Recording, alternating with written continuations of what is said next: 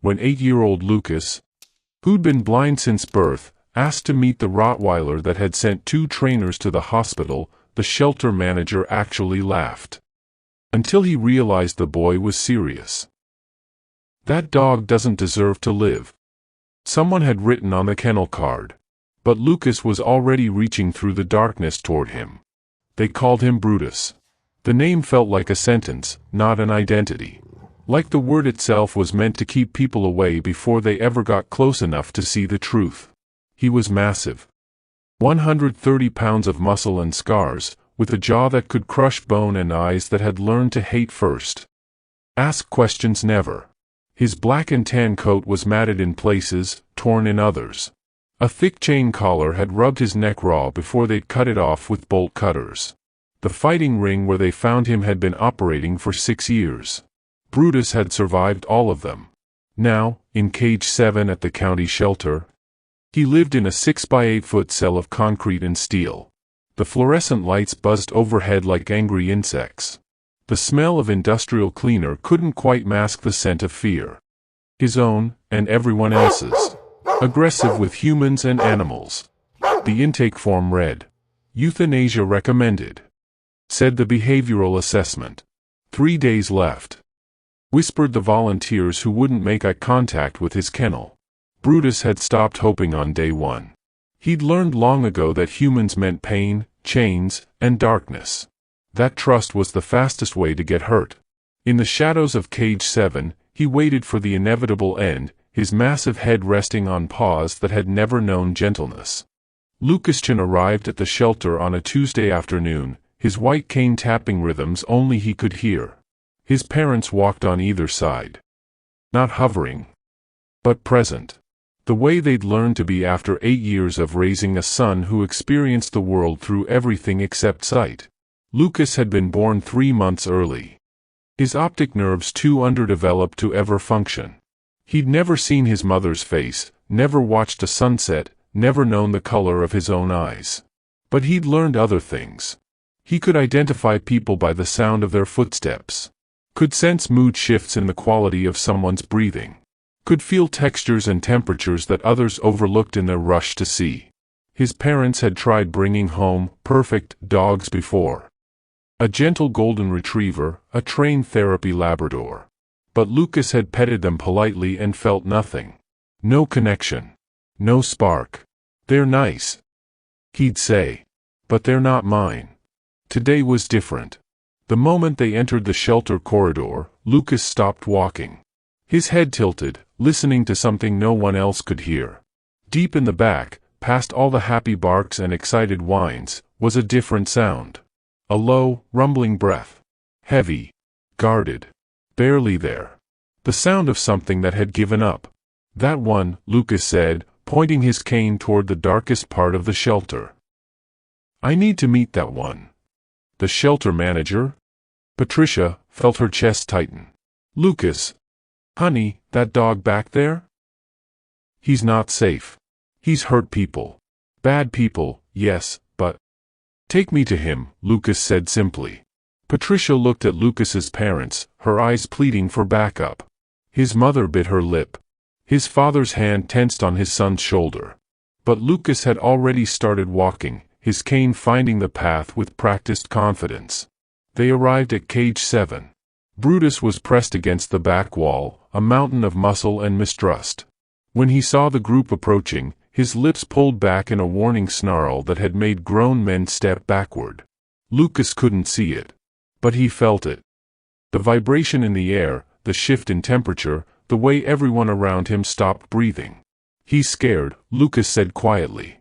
"He's dangerous," Patricia corrected, her hand hovering near her radio. Lucas knelt down, his jeans touching the cold concrete. He set his cane aside. The tool that gave him independence, his connection to navigating the world. And laid it gently on the ground. Vulnerable. Trusting. His small hands pressed flat against the chain-link fence. Brutus's snarl deepened. His massive body coiled, ready to lunge if the cage door opened. Every muscle was a loaded weapon. "Everyone's afraid of you," Lucas said, his voice steady and clear. "But you're more afraid of them, aren't you?" The snarl faltered. Just for a heartbeat. Lucas's parents gripped each other's hands. Patricia's finger hovered over the emergency button. And then Lucas began to hum. Not a song, exactly. Just a soft, rhythmic sound. The kind a mother might make to soothe a crying baby. Low and constant and asking for nothing. In the harsh fluorescent world of Cage 7, something shifted. Brutus's ears rotated forward. His snarl faded to silence. His amber eyes, windows into years of betrayal, fixed on this small human who sat in stillness, unafraid, asking nothing except to be nearby. Lucas continued humming, his hand steady against the fence. I can't see you, Lucas said softly, but I can feel you. You're in pain. Every part of you is in pain. Brutus took one step forward. Heavy. Uncertain. Patricia's hand tightened on her radio. It's okay to be broken, Lucas whispered. I'm broken too. Just in different places. Another step. Brutus's massive head lowered, his nostrils testing the air. This human smelled different. No cortisol spike of fear, no adrenaline of aggression. Just calm. Just presence. Just acceptance. My mom says I see with my hands. Lucas continued, his voice like honey in the harsh shelter air. She says my fingers have eyes. Will you let me see you? 3 feet between them now. Brutus's breath came faster, but not from anger. From something he'd buried so deep he'd forgotten its name. Hope. Lucas pressed his forehead against the chain link, his eyes closed behind the dark glasses he wore. You don't have to trust everyone. You just have to trust one person. Just one. The shelter held its breath. Brutus's nose touched the fence, directly across from Lucas's small hand. And in that moment, that eternal, suspended moment, the dog who'd learned to hate and the boy who'd never learned to see found each other in the only language that mattered. Understanding. Open the cage, Lucas's father said, his voice cracking. Patricia's face went white. Mr. Chen, I cannot in good conscience. Open it, Lucas's mother added, tears streaming down her face. Please. Every protocol said no. Every liability form screamed danger. Every logical bone in Patricia's body resisted. But she'd worked with animals for 23 years. And she'd never seen Brutus move like this. Slowly, carefully, with something other than rage guiding his massive body. Her hands shook as she unlocked the cage. The metal door swung open with a groan that echoed through the corridor. Nobody moved. Nobody breathed. Brutus stood at the threshold. Freedom just one step away, but trust an entire lifetime beyond. Lucas remained kneeling, hands outstretched, palms up, offering nothing but himself. I've got you, the boy whispered. I promise. Brutus stepped out of Cage 7. His paws touched the concrete outside his cell for the first time in 97 days. He moved toward Lucas with the careful deliberation of something relearning how to hope. And then, in the golden afternoon light streaming through the high windows, the killer dog that no one wanted lowered his massive head into the blind boy's waiting hands. Lucas's fingers found the rough fur of Brutus's face. They traced the scars around his eyes, the torn ear, the thick neck that still bore the marks of chains. His small hands explored with such tenderness that Patricia had to turn away, overcome. I see you, Lucas whispered, tears running down his own face. You're beautiful. Brutus's entire body shuddered. Not with aggression, but with the overwhelming relief of finally being seen. Not for what he'd been forced to become, but for what he'd always been underneath. Just a dog who wanted to be loved.